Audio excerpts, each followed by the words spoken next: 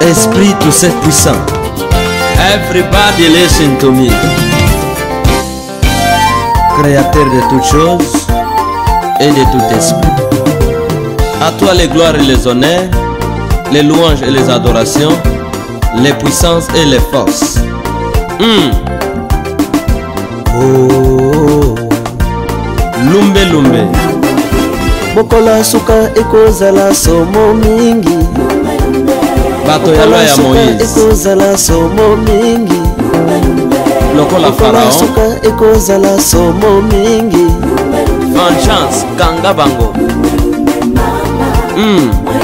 Pona nini oyoka kate Corée d'Atambira.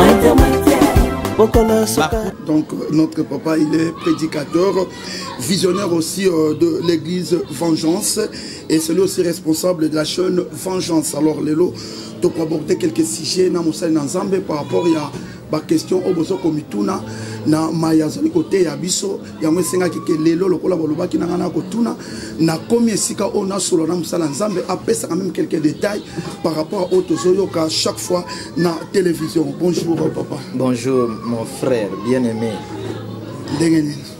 En tout cas na kotala eta ya mboka okolo basan papa. Na kotala oya simba biso asimba ba prophète nkolo ya pema. Amen. Tout va bien. Tout va bien. Voilà. Kotala Oyo Asimba Mpema Nabiso. Tout va bien là. C'est la parole de notre papa Charles. Donc, il est responsable de l'église Vengeance. Voilà. L'homme de Dieu. Lelo Okotissimo Boulou Yekenamito Abatu. Vraiment, tous aucun de trop vite pour Yebani Ming. Moi, je présente à Bele Sate. Mais Lelo Okotisi Boulou Yekenamito Abatu. Pourquoi? Premièrement, télévision Nayo. Vengeance. Ce que bazo tala mosala Nzambe na makomi na yeto na misala na zolo ba vengeance. Est-ce que mosala Nzambe wana vengeance lingelo ba nini na temps auto za to na tangolo? Merci beaucoup. Soki na kotisaki bulu yeke. To lingaki kobenga désordre spirituel vengeance. Vengeance. Mais comme na kotisi ordre et petit à petit bato bako kotaka bako comprendre parce que lelo ti lelo ezana bato ba yo comprendre qui était Christ. Ti baba qui ne kulus babando ye bayete. Amen. Mon pépéé ba misu batatonné, il était effectivement le fils de Dieu. Ba misu ba yo comprendre na moment assez kui. Ba misu ba yo comprendre ye asi azongi message etikal na ba disciple. Ne ba yo comprendre ye. Et ordre spirituel vengeance. Papa, to loko tie na balabala te. Lelo, il faut ba Congolais, ba Africain, ba beta maboko, ba loué, ba tonda Nzambe. Amen. Parce que biso toye kolongola bato, voile ne longi. Voilà. Biso toye kozongisa makambo ne sika nango. Papa nangai muto yo peut-être ko sutuka ko comprendre te.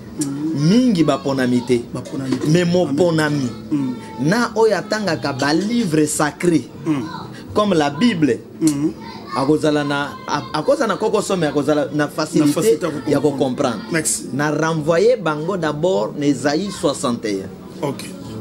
Ésaïe 61. L'esprit du Seigneur est sur moi. Il m'a oint pour annoncer la bonne nouvelle. Alors alobi esika moko boy. Pour publier une année de grâce et un jour de vengeance. Baye banan, vengeance a uti wapi. Na zong si batu Ésaïe 19, verset 1 lobi boy. J'ai vu le Seigneur monter dans un nier et il descend en Égypte. Wana Ésaïe prophète na kati ya mboka Israël mazako parler sur misala ya bonzambe ya bosantu ya liloba na nzambe ya Christ na Afrique. Les mêmes Ésaïe 19 ceux qui ont continué à lobiboy en ce jour-là nzela moko ko uta en Égypte et ko traverser Syrie et se retrouver na Israël. Or et pas ya molimo nzela c'est la voix, c'est la parole de Dieu. C'est la vision, c'est la révélation. Parce que hier, Nzele bando uta Israël, et zo kene bamboka mosusu. Mais balobi que Nzele ko uta en Égypte.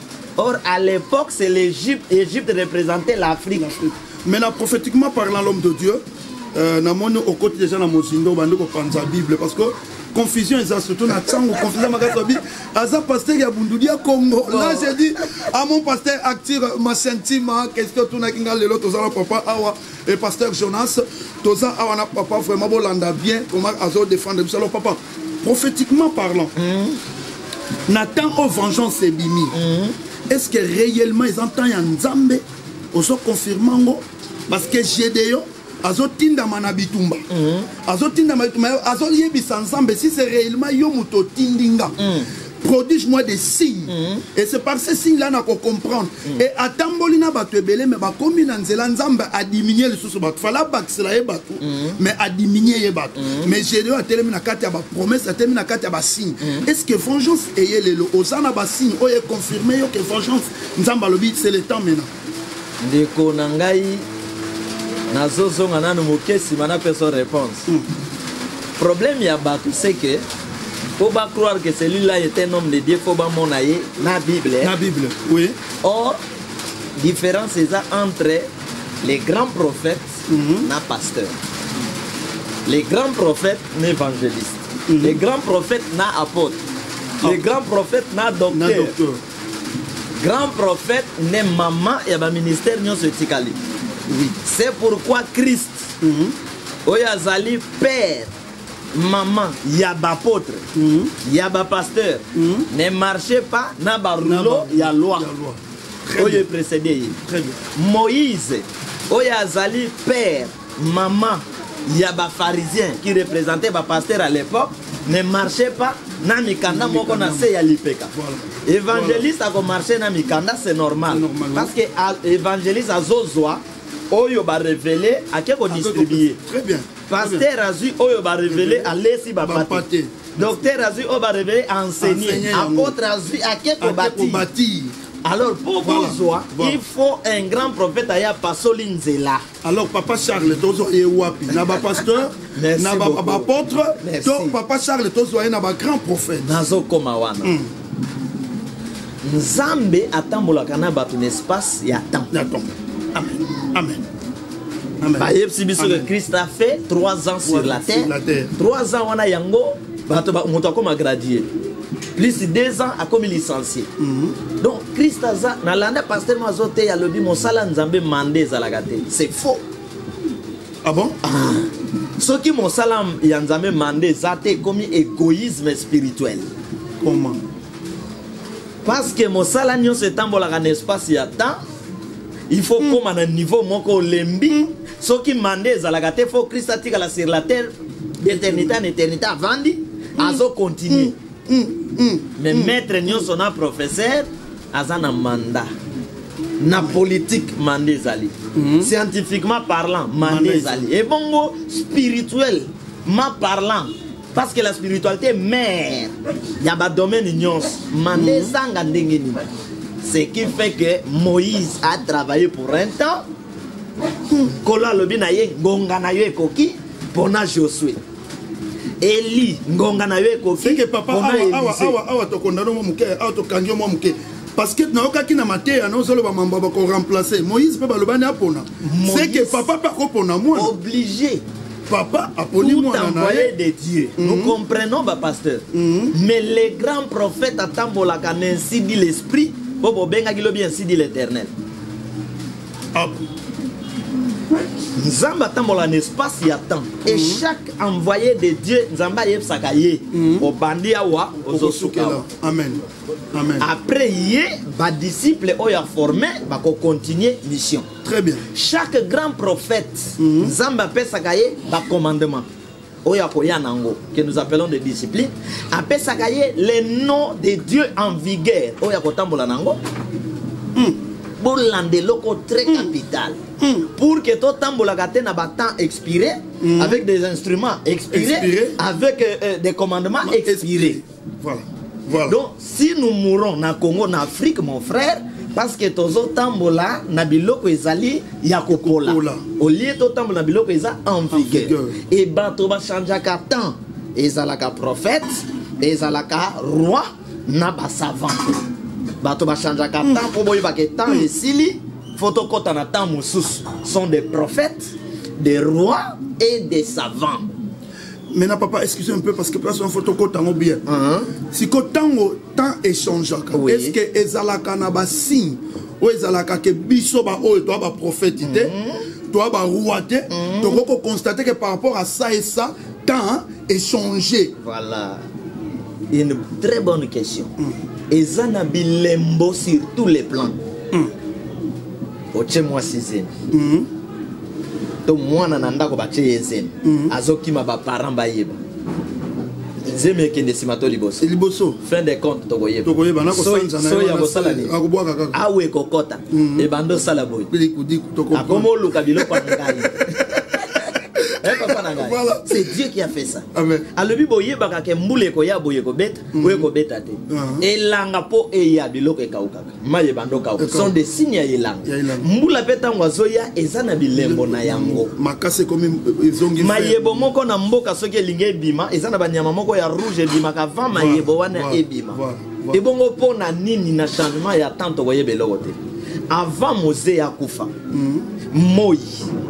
Et ça la sert. Oui. Il présentait Bilem. Oyo zotali sake mutu moko ya monene azosala nini azolongwa. Na temps ya Christ abotami. Oyo marqué changement ya temps étoile abimi. Banani ba expliquer batomayel que nous appelons des mages. Très bien. Alors papa nangai c'est que nous manquons chez nous. Miso ya komona na temps oyo nzambe atindi nani poto zwanzela. Boko bika ya bato efandi na maboko ya mutu. Bato misatu nde nzambe atinda na mokili po babikisa mokili ba développer mokili.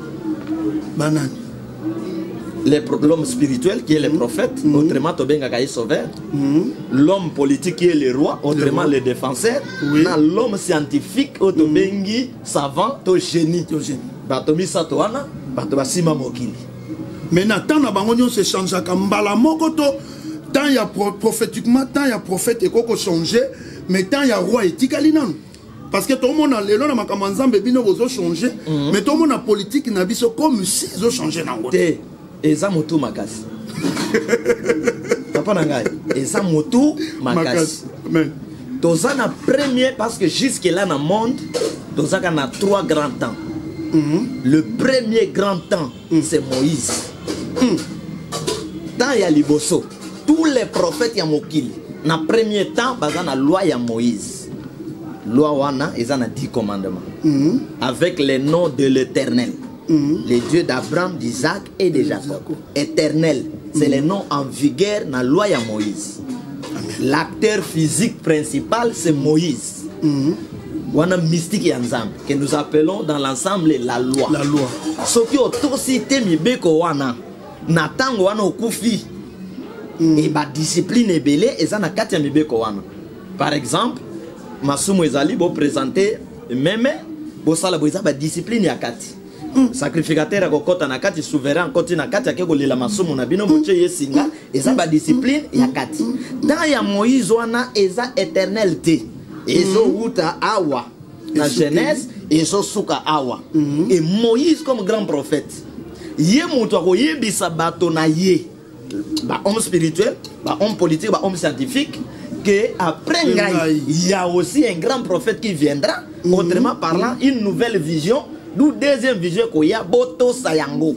Donc bino ba descendant nga bo sala nini botos mais ba ko garder ba rouleau ya Moïse pour battre l'accomplissement ya ba prophétie ya Moïse na tango wana tango eso s'accomplir ba yeba ke koko na biso prophète asala kini a prophétisaki.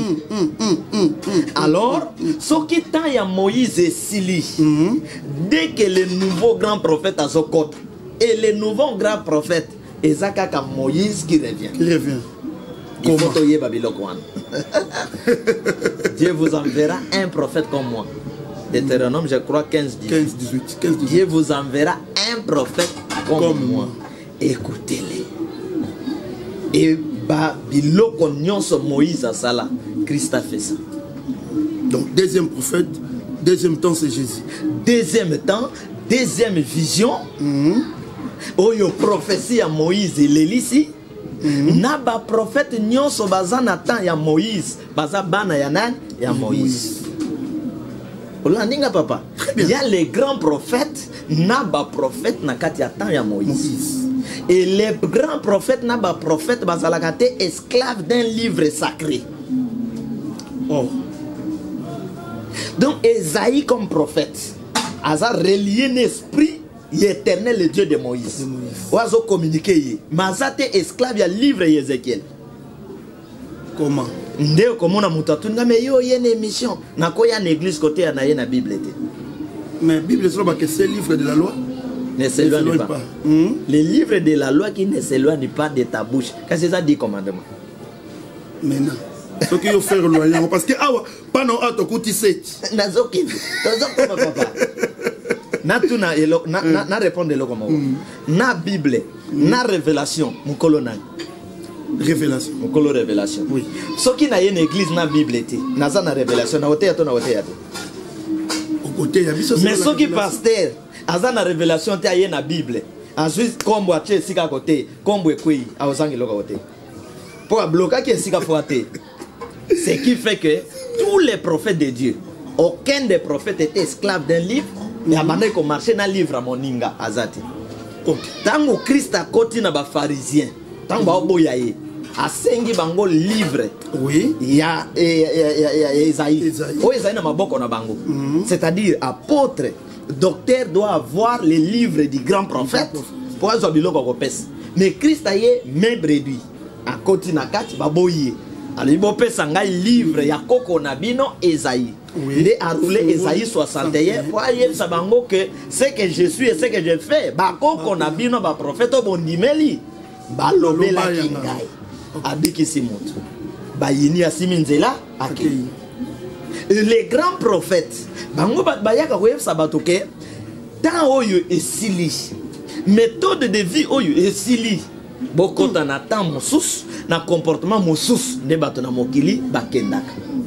Alors ceux qui ont tali mokili lelo, franchement parlant, mokili etambola na vengeance to na grâce. Ceux qui ont tali mokili. Revenons d'abord à la Bible. Bible on a mis totozo ko consommer Nouveau Testament. Je peux dire ça parce que na kata Nouveau Testament n'est pas wapi ngolu eye. Mais si koyo papa Batou bazaki na confusion bakanisa ki ke papa za pasteur abundudia Congo to papa za pasteur moko antichrist mais tant que l'on a maloba nous na kati ya Christ maintenant papa si c'est papa aza na kati ya ligne ngande na lobi ce qui papa a se retrouvé na kati ya ligne ba grand prophète alors c'est que papa aye na nini akozala ka taché na Bible. Merci toko ya nani les grands prophètes soki akiti aza na batou ya ko expliquer ma message ya ba prophète ba précédent qui amen azana makoki ya ko présenter message ya yenango puis azana makoki ya ko présenter makambo ya lobby. C'est ça les grands prophètes. C'est pourquoi Christ azana simplicité ya ko expliquer Moïse du début à la fin. Tango beti bango marteau ke mais avant Abraham azalanga nazalaki mobulu ekoti bango. C'est pourquoi le monde faut tambola na message il y a prophète. Premier grand temps, c'est la loi de Moïse avec 10 commandements, avec le nom de l'Éternel, le Dieu d'Abraham, d'Isaac et de Jacob, dans la nouvelle discipline. Les prophètes, il y a Moïse, lui-même Moïse, il parle sur l'arrivée, il y a deuxième vision. Donc Moïse, son vrai nom, la loi, le vrai nom de Moïse, la loi. Parce que comme il y a moto bazoa, quand on partir, il y a mission, il y a katinayo. Et tant Moïse a parlé sur l'arrivée à Christ, le prophète y a Moïse, Michée, Esaïe a parlé sur l'arrivée à Christ. Christ a atterri. Qu'est-ce qu'il faut faire tout simplement? Il faut basa le loko Jean-Baptiste à Salaki. Il y a koye du sabaye kolinaye ke tala anmona na pate bolandaye. Mais comme message ce qui est sili. Poto kota na message mosus. Ben instrument nyonso bando sale la message wana ba koma ka égoïste, ba koma ka ba kipide. Bakomaka koluka mbongo au lieu ya koluka lobiko. Ce qui fait que les pharisiens ont des difficultés à traverser pour balanda Yesu. Parce que mon solevant dit na tempelo. Bo sungabiso na dérangement ils ont de l'autre. Olandi papa nangai. Ce qui message est sili. Bato ba comme expiré sur tous les plans. Politique expirée, spiritualité expirée, science expirée. Alors tous ces gens comme commerçants. Yango kokuta généralement parlant, kokuta ba député commerçant, ba président commerçant, ba pasteur commerçant, ba to bazali sous na commerçant. Tout. Ba to bazali sous na mawaya ko luka ko bika ya batu. Wana sinya monene tal sakake vision esili, temps esili photo kota na temps mosusu. Mais na to ko renouveler temps ndenge. Yango nazo koma. Na tango Mose asili Christ akoti, iloko akuta ina kati ya ba pharisien yango wana. Moto azo souffrir mokaka tani aveugle, pharisien azo sepela azo 10 000 offrandes ya moto wana, mais abiki sa moto wana te. Alors tant Christ azo biki sa moto wana, nde bango bazo silika, pourquoi au guérir. Mais na kati ya ba pharisien, il y a eu des élits de Dieu, le col apôtre. Le col ba Nicodème, le col ba Gamaliel. O bazo zongi sa bango Gamaliel alobi bozo persécuter bato. Mais na acte 5 bozo persécuter ba disciple oyo mais kala mingi te bonyokola ki bato na nzambe moko awa dans la société soki eza ya nzambe te yango moko ko disparaître mais soki eza ya nzambe bo courir risque te ya ko bundisa yango lelo œuvre ya Christ ezali sur la terre et tant message à liboso esili eli ko lobate bozo yango bokunda il faut ba preuve etikala. OK. Et ça, le col à l'élo, dans un ordinateur, machine à écrire. Il faut à côté de la bibliothèque, à vendre. Scientifiquement parlant. Dans un téléphone, tu vas bien Koni. Et l'autre, Koni, Android. Faut pas chango na ce qui mise sur une bobenga qui vandi, bah tu vas se battre là. Tu as une ambunda comme moyen de communication. Tu comme une phonie, tu comme une Koni, les l'autre comme une Android. Spirituellement aussi, c'est beaucoup de Moïse, comme une Christ. Ba prophète bazalaka égoïste. Pour dire que ndenge na yoka kabazolo bela Branham que Branham maza prophète ya souka wana mensonge. Oyoka kango. Oui, Branham le dernier prophète. Christ de Kutu si manaye fo baya. Branham dernier prophète. Manque ya kokoma pe ya kokota. Alors et mutumoko pe katina bango loba Branham le plus grand prophète que Jésus. Non. Wana comme prophète non.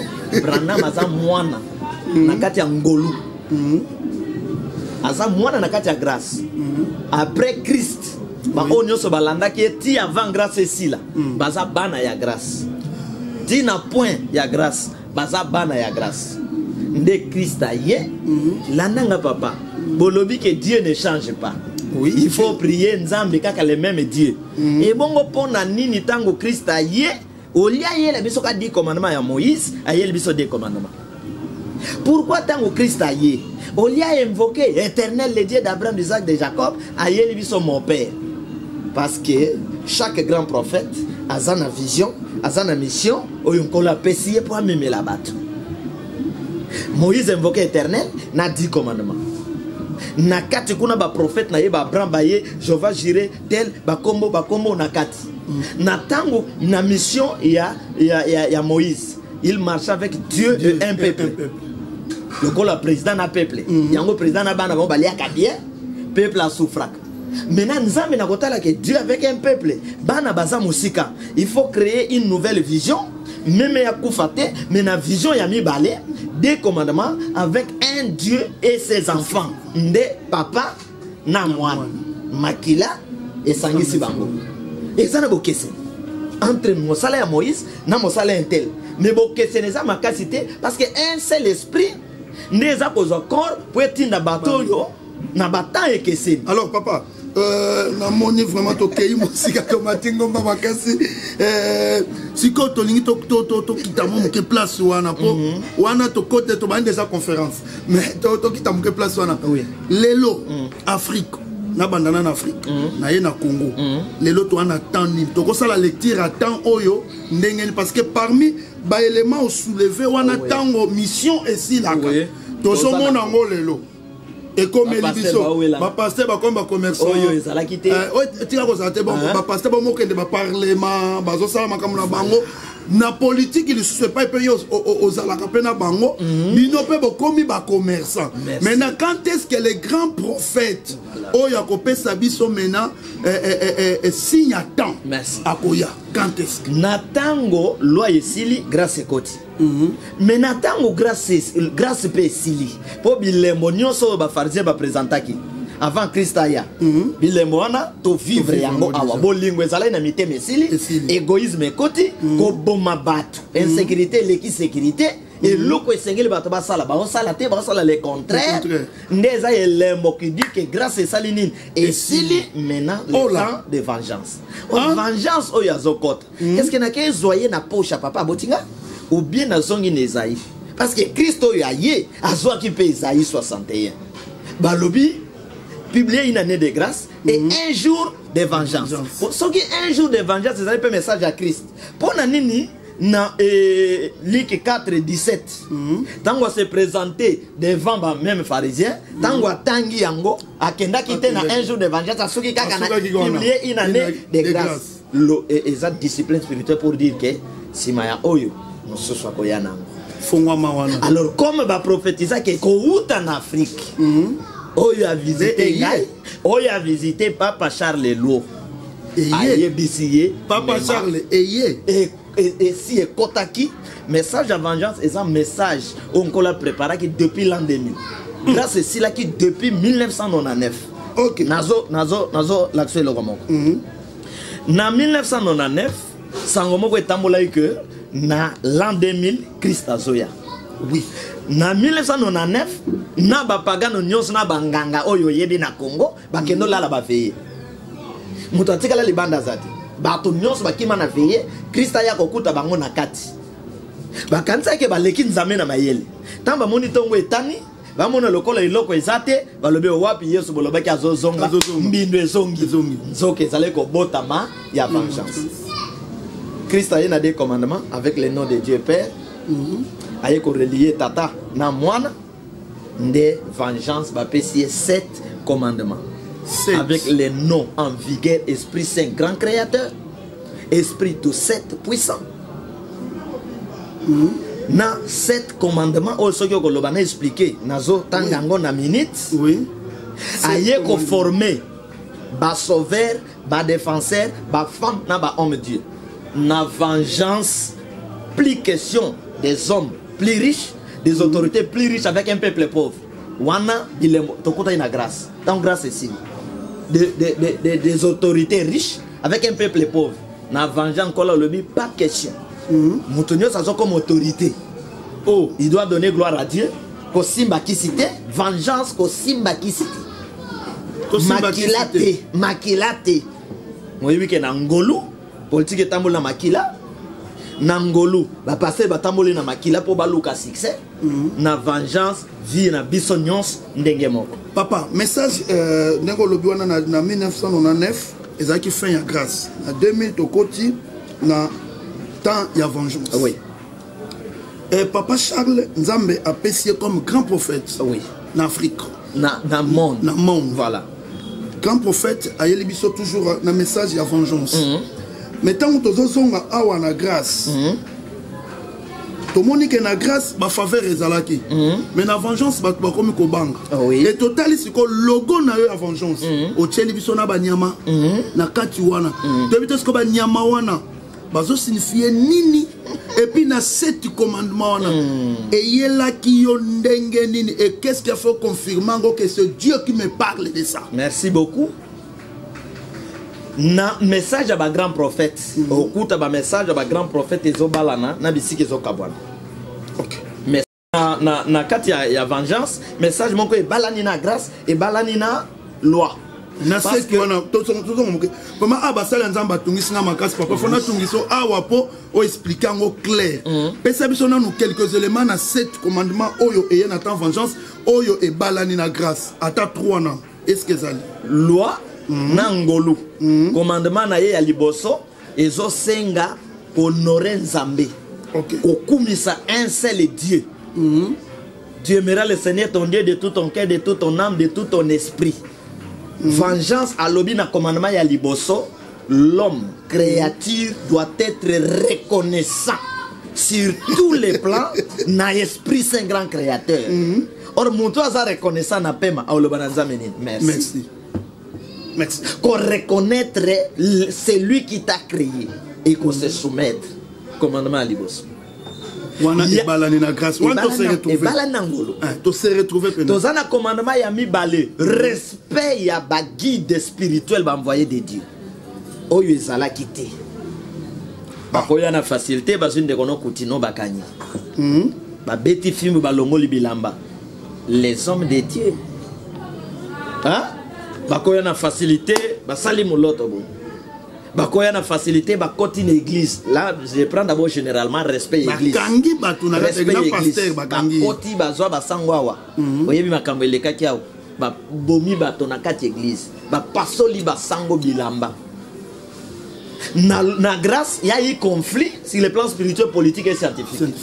Mais na vengeance, balobi faut mariage sur le plan spirituel, politique, scientifique. Et tout grand prophète, Nzamba tinda kaye po asangisa bilo komi sato wana. Mais na respect ya ba guide. Nazo comme na pesa na papa na ngai na pesa logo de kingi tok. Po izana bat balobaka, pa pasteur akosa la politique té. Pa prophète akosa la politique té. Tout grand prophète ayaka po abalisa le spirituel, la politique et la science. Parce que le prophète batinda kabango pour na développement ya mboka. Batoba mon ensemble physiquement et spirituellement. Moïse, on l'a appelé prophète en Israël et roi en Israël. Ça, j'appuie. Vous comprenez? Très bien. Christ, on l'appelle fils de Dieu. Ça, c'est angle spirituel.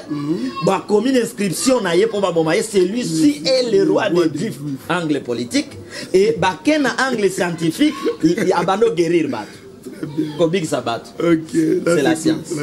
Et au y plus loin, bah, satanisme va créer mauvais lobby. L'église est à politique. L'église est à politique, état laïque. Mais politique, à l'église, quand l'église, moment il y a l'élection, quand une église. Dans le moment où l'église, quand bouge, pas pasteur, quand il y a beaucoup de désordre spirituel, mais ce qu'il y a un pays développé, il y a respect, il y a un homme spirituel et il y a un homme spirituel. Na kati États-Unis, wana na yebsu za ba secret spirituel, na comment les États-Unis na molimo. Quand on fera pas déjà États-Unis spirituellement. Na moto mai na mon peuple, na prophétiser na moi et kokisan. Ba image ezali. Image ezali. Eza papa. Image ezali. Nyonso na YouTube ya vengeance. Ingénieur François, repère ça. Na kosenga mama moko azana États-Unis a télécharger atinda. Oui, atinda la biso. Tala ki mikolo eleka ki ke na États-Unis. Maï est tomboki, moto est tomboki, mon pays. Et il paraît que va chercher na bango balobi, maï na moto na mon pépé ne uta in Afrique. Va chercher na bango. Or to prophétiser yango avant et s'accomplit. Donc non, ce que le but to zomo mo lili. Papa Charles a prophétisé avant. Papa Charles a prophétisé avant. Ba kota na YouTube, ba beta vengeance TV. Ba beta vengeance TV. Alors bata la ba vidéo, oyo na comment Europe fois frappe, Amérique fois frappe. Wano comment on a moulani. Eza biloko ya année passée. Année 2019, année 2020. Na koyeb sa yo ke na minute oyo. So eza na prophétie na mboka Congo eza ya vengeance. Non, là, sont quelques démonstrations avant l'élection. Ndeko Félix na ba Martin Fayot. Ezana ndeko na yo journaliste na kombo ya ki Flavien. Ndeko na vandi wana abando sala na chaîne wana ayebi makamnolo. To vandi na ye. To vanda ndeko no mususu comme ne Tiffany. Azolo beske na mboko ba prophète bazali. Yo liso ye na vengeance. Oki biloko emati. Oya lobaka akiti. Alors, avant le 23, au balobi ba osala l'élection, il y a que Seigneur aux amours. Image, ça n'a pas image. Donc, comme le bas, il y a un plateau. Mais nazo epsa yo. Ba image, image est en image on est allé. Lina ba ministre. Et qu'on senga tant ba monter na pesa yé. Oui, pesa ingénieur François Pema la bisongo. Voilà mes téléspectateurs. Les hommes de Dieu donc nena ba ki lelo na yambi pona bino papa Charles donc as visionnaire ya église Vengeance et ba ko bandeko ba ko benga yo ba ko yebsa ba obalanda ka ba bando landa biso pendant les élections. Na yebsi bango le 23 élection ko zalate moule ko beta. Bato ba kei Genève, bato ya Lamuka. O ba sangisa biso na triomphal ba kosi biso o ba ke Genève na lobinde ba ke Genève bazo kabwana mobulu ekoya na nzela ya ndeko Félix ya IDPS et salima bongo ezali ba image et nyonso donc ingénieur français azanango atela kabisa fo ingénieur français fo o illustra ba image on est tolo ba bongo et ça la bien ko illustra oui ndeko Flavia zana nyonso. Voilà, ton compte qui dans deuxième commandement. Non, on a conseillé ça. Le petit gazon à plateau dans le bin de Koshadar, à basali magie à Koleka. En fait, moi, le ban de Koshadar à Koleka. Wan Hollanda yango à l'égalité. Donc, Esaïe Belé, et surtout pour Nambok. Donc, petit message d'ici 2021, va leader va Okoya, depuis 2019. Quand tu as la bateau, va couper moi, va leader va couper Belé. Et tout comme en 2021, vous allez sur plus grave. Il y a frappe bazu, il y a bela bazu, il y a paralysie bazu, il y a kufa bazu, il y a kangama bakangama. Année de leader. C'est-à-dire que vengeance est allée en vigueur. Le deuxième commandement, le respect à guide spirituel. Oyo hébreu à l'obi veiller. Au protéger bisoté va ça ensemble. Non, hébreu à l'obi. Respectez vos guides parce qu'ils veillent sur vos âmes. Amen. Amen. Il y a mis ça. Amen. Ce qui ont conquisté Tina Nzambe sur la terre pour bangi bateau aucun d'enfer. Ah bon? Ah oui, ils n'ont pas passé Nzambe à Tindi Lobabo. Attendez, message du président de la République, quoi? Protection. Protection, ça. Ok, mais dans les sacoles, l'église abandonnée. Monsieur devant cab, monsieur a dit à cab, qu'aucun ne bitumba, t'es sûr que au Koufa, Zoé Tcheli Bossa, mon général, Mandou qui était le miboy. A opé sa message. Donc c'est lui qui n'accomplit pas sa mission. Na domaine na yé. Nzamba lui a frappé. Oui, Moutamutaza la tâche na yé. Même jeune français n'est pas ça. Azana li kabona yé. Ako ke life. So ki akokisi te life lo po Nzamba tinda batnos na mabele po ba représenter. Non, mais oza mosala ya Nzamba. So bele ba omemi na hôpital. Oui, médecin na li kabona yé. So ki a soigné malamu te ba yo corrompre ya boma yo kolo ko frapper yé. Enseignant na kotangi sandimi corruption akokisi mission na été Nzamba ko frapper. Troisième commandement wana. Quatrième commandement ko sala mabete na mutu oyo amesana ko salo malam azana likantimo ko salo mabete ata contribuer na ko pesa ka maya komela a contribuer tango zo ke na université apesa ko ba transport lobi okomi muto balukeli non. Tamuso yoko benga yoka kekendo koti sa demande d'emploi na moni esika moko bazozwa batu yoko koti si okomi mutu lobi okomo finga ye non ko sala mabete na moto yazo salo malam wana quatrième. Cinquième, conscience.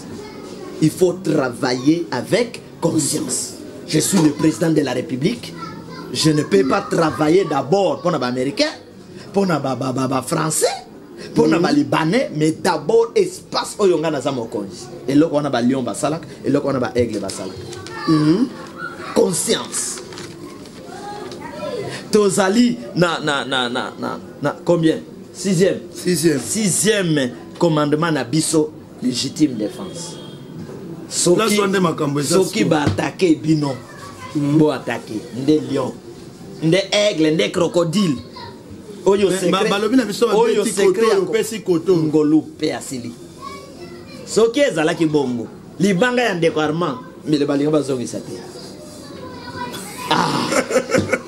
On comprend. Soki ezalaki bongo tango peuple babimi na 2016 basala marche sans manduki gaz na liwelinge komela bangoti mokili esi changeaki ba américain ba tambola na formule mosusu terroriste à côté Amérique abomi minute ezolanda babomi. Donc ngolo René ka koto. Donc awa ba ye ba côté ba beti congolais na chinois ta chinois ba protéger. Mais ok, Chine, beti chinois, sur les champs, ma banque est zozoyo. Awa, biso tozana formule angulu, or batwasi ba comment na formule ya Lyon. lion aliaka bana na ye te mais a défendaka bana na ye nyonso azoluka mpona bana. C'est-à-dire que d'abord mboka na yo frontière ennemi azokota soldat ako répliquer légitime défense na kati ya 6e commandement il y a 7 au esprit ya pesibiso. 7e commandement, je suis, j'ai et je règne. Il faut qu'aux Allah. Je suis, j'ai et je règne. Donc il faut qu'aux Allah, il faut qu'aux Allah nango, il faut qu'on règne. Américain, citoyen américain soit à côté, même policier au banga salemade. Pour moi, quand on a si comment. Disons qu'on l'a pesé aux anango, mais tu as vu qu'aux Allah nango. Que tu aurais un biso de l'autre. Mais que c'est un enseignement. Maintenant, il faut que la bongo est abattu mon libre. Soda, policier, ya Congo soit vendu au Hollande maté ya oi. Alors ça les choses congolais mabé. Service ya renseignement Hollande biloko. Alors ça les choses congolais mabé. Président Hollande biloko. Alors ça la congolais mabé. Non, à protéger congolais parce que Dieu protège ses enfants. Ses enfants. Président ya France devant jugement ya Nzambe. Nzambe akotuna yete yondenyo ke ndokotsa bituma na Congo. Te. So Nzambe atunya ndenyo provoquer guerre na Congo koloba je suis président ya France. Posez-moi des questions sur la France. Wana botuna Joseph, botuna Félix, botuna simple. De même lion, ce qui a kangi antilope. Jugement yé nkola lobi non. Lion koloba non. Ngai makasi ngai. Comment se défendre? Il faut attaquer. Donc, mutu nyonso, créature nyonso nzamba pesa moyen de défense. D'ailleurs, légitime défense, c'est na kati ya mebe kwa moko. Mais awa, koluna ye ko attaquer yo vande ozela, ba policier ti azo kato azo silisa yo. Soki yo okati ba lobi droit de l'homme. Papa légitime défense, défends-toi. Défends toi kenda pour le droit de l'homme, toi ta ba droit de l'homme ezali mensonge. Et protège à côté. Droit de l'homme en Amérique, c'est qu'il y a et ça la côté. Et ça la côté. Alors, 7e dé, je suis. Donc, il faut là. Lelo, lion va bien le roi de la forêt. Et yé banapé.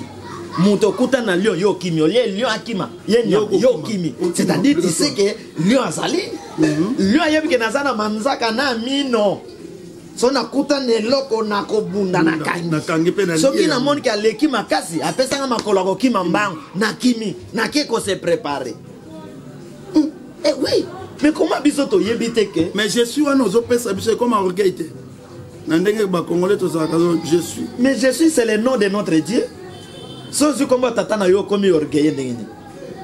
Aïe, ici Moïse, je suis envoyé. Verbe être en temps présent, de vie à battre. Il faut ça là, mon frère. Mais à Ouattozali, le quoi d'étiquette? Ah oui.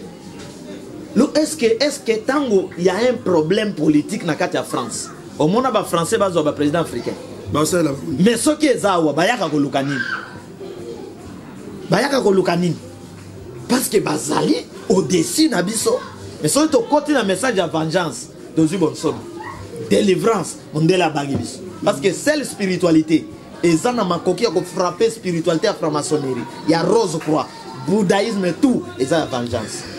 Voilà, merci amis téléspectateurs, c'était vraiment notre papa Charles, donc il est visionnaire de l'église Vengeance et puis les grands prophètes de 7 ans, voilà, les grands prophètes de 7 ans, il y a vraiment Nzambe, à l'obéli belé, raison pour laquelle la Pesibiso signe la prophétie Oyo et l'Obama, P et Kokisama, voilà, il y a on a l'Obaka que tant en temps, faut faire ça la lecture en temps, moutoua ça la lecture en temps, à quoi il y a pas ma té, sur ça la lecture en temps, c'est au Bimambou les Indi, Yozo Bimanabila. Pembe voilà, poli voilà. Et baby voilà il faut que ça la lecture attend alors notre papa est là alors papa Charles quelque part awa au condamné biso au petit par exemple pe ba ingénieur français qui nous la yé parfois non soit compris mission a été à Rokendeli fait papa peut oser mission il y a monde mais to bomba te posa wa to ba vérité papa non nous saler le côté Poneti na tsango to bando comprendre de vengeance comme Mikolo po to sali mosala plus de 200 groupes il y a WhatsApp to pandi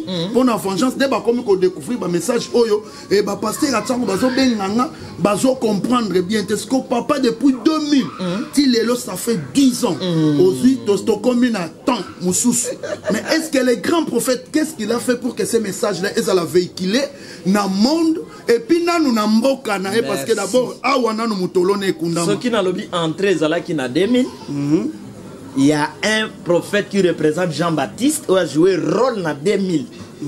Si n'attend vengeance à son bâton et à commandement, c'est notre frère Alain Molot. Le frère Alain Molot. Alain Molot. Chantre de l'Éternel. Chantre de l'Éternel, les grands prophètes avant l'arrivée à vengeance. Alain Molot. Alain Molot. Groupe Gaël. Groupe Gaël. C'est vrai. Kitoko. C'est lui.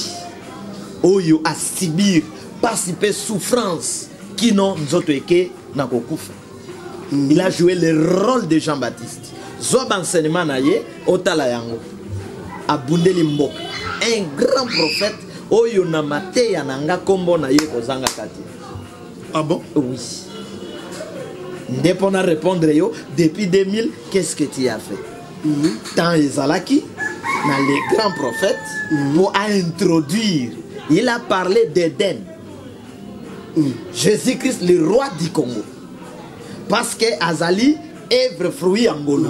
Et en même temps, Wana Zako Pompé, je suis aussi fils, selon le miracle de Dieu, auprès d'un père et à réveil. Parce que même Christ a Botamaki rejeté à David. Donc, loi Moutebotier, je suis auprès d'un père de réveil. Nazoyok et dans l'an 2000 ndé nazo qui message ba yebsinga que yo message ko annoncer et ça message à vengeance après dans l'an 2009 alors je ne suis plus avec les pères du réveil pour accomplir la grande mission. Maintenant le père abanda ko prêcher sur la grâce. Là on était sur la grâce. Moi aussi j'ai prêché sur la grâce. Sur la grâce. Les manifestations ya nzambe za ko se manifester na ngolu. Mais ba pesinga déjà na matoi que je vais prêcher sur la vengeance na commis na garder. OK. Oui. Tango gardango autant que le prophète Alain Moloto abanda qui déjà ko annoncer il y a changement ya temps. Au sala qui combien de temps au garda qui document wana o yeba ki ke faut mission moko eza vengeance. Qui non en 2009. Donc de 2000 à 2009. 2000 à 2009, nazo koma ba message bazopes, nazo koma et là où j'étais na loi bato bakoye psayo qui j'étais na katia place na Ngolu. Nazo journaliste na yebi. Voilà. Na place osaki. Alors ndé n'espace ya temps wana nazo vibrer ao, nazo te ao, je suis disciple de je ne préparais même pas. Parce que nazala qui soumis Tina Zela, ce qui nous a enlevé quelque chose. Mais lui, mon encadré spirituel, il y a grâce. Alors, Dieu m'a parlé qu'il y aura un Josué et un homme très fort dans Mboka. Mais lui-même ne comprenait pas que c'était cet homme. Alors, 2009, 2009, au côté, na kati ya message ya vengeance. Alors, au véhicule, ça fait déjà 11 ans. 2009, tangu je ne suis plus na grâce, nenge mose ya kenda qui se préparer, na mi préparé de 2009 à 2014. 2009-2014. Na vandi na ndaku, oyebi ndenge ezalaka, oyebi na vandi na ndaku, je ne vais plus servir Dieu. Wana na garder par rapport à makambo koma kana mokili. Très bien.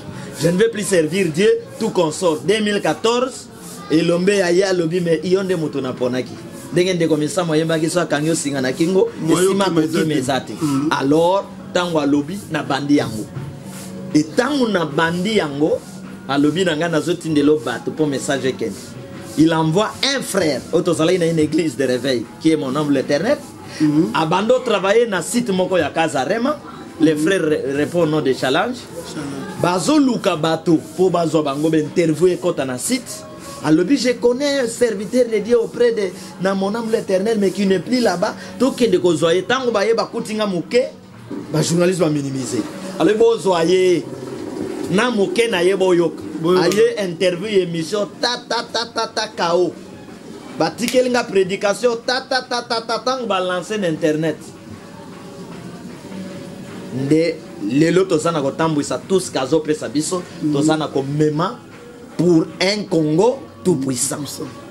Oyoki souci nanga oyoki objectif vraiment c'est clair. Nous luttons pour un Congo tout puissant. C'est pourquoi ma mission est sur le plan spirituel, politique et scientifique. Pour ceux qui n'ont pas le spirituel, politique et bigité, mboke kozalaka na mayuya. Ceux qui te bigiti politique, na spirituel, science et bongité, mboke kozalaka yakobeba. C'est pourquoi nazo bunda bitumba sur tous les plans et j'appelle bateau nakoya ko suivre ma formation pour l'habitant comme gouverneur pour belles élections à Kinshasa. Voilà, c'était notre papa Charles, donc il est visionnaire de l'église Vengeance. Et puis message à Vengeance et komaka epana en 2000 mais ayebaki kozala toujours pembeni ya mosai na nzambe oyo tozaki na tango ngolu avandaki lisusu 9 ans et pas pendant ko servir nzambe kaka na message wana ya ngolu na 2009 nde ayaki kopema muke na 2014 nde nzambe ayaki kolamusa ye koloba neke lisakoli oyo pe mokambi na yo na église ya ngolu oyo aloba ezande yo me tango atelemaki bongo te akendaki ko sala pe mosala yango alukisamaki na baye basala ka mosala na kati ya ba internet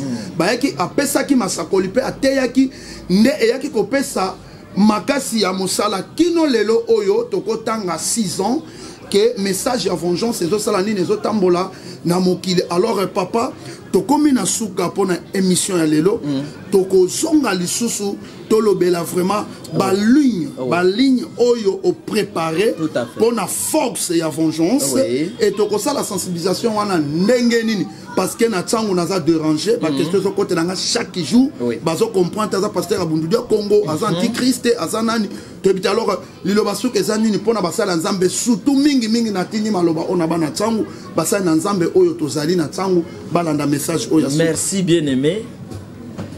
Les grands prophètes ayakate pour créer église na moi groupe aba fanatique na ye azwa kambongo. Les grands prophètes ayaka pour rendre un pays l'église de Dieu. Amen. Afin que Batonions va se retrouver. Ce qui fait que Nathan y a Vengeance. Dès que nous avons des autorités, on va se soumettre un message à Vengeance. Alors l'église est changée, marche nango. Donc vous allez soutenir que pas pasteur mon qu'on a église naie, pas son église naie, mais l'État congolais. À Kobando Foot ba homme de Dieu organiser ba conférence ya minene ko sang sa ba sal nzambe ba organiser ba conférence ba séminaire ba bengi oyo ba aligner bango ba tei mboka fin du mois ba futio post croquerie l'église et si alors toza ko senga na bino ceux qui vont s'organiser vont s'engager 10 personnes 20 50 30 bo bengi toye to pesi matière c'est-à-dire que été il oyo ezaya bisonyo condition et causalité. Non, il n'y a pas de condition. En tout cas, tous en condition mon côté. Pour réunir 1 million de personnes, pour se préparer quand nous bisotoyer, to transmettre message sur tous les plans. Ce qui est comme les élections, donc aligner battre. Amen. Parce que nous avons besoin d'un grand changement dans Katiambo Cannabis. Donc ce que je peux dire, mon frère, Elombe à Vengeance à venger. Merci Elombe. À venger Bandeko Bazola Nabiso. À venger Mboka Congo. Merci. À Bossanate Ndeko Francis. Voilà. Et chaque fois dans l'émission, on a le que tout entend Vengeance, que Elombe à Vengeance, a bako venger, après Sanga pe grâce à Makambe Belé, Belé, notre habitat angolais, Sili, tout le monde attend Vengeance. Donc il faut que ça l'annonce. Voilà, amis téléspectateurs, c'est notre papa Charles, visionnaire de l'église Vengeance. Il est le grand prophète de 7 ans. Voilà, c'était la fin de cette émission. Amis téléspectateurs, restez branchés sur nos antennes. À la prochaine. Que Dieu vous bénisse. Merci, ingénieur Francis. Ciao.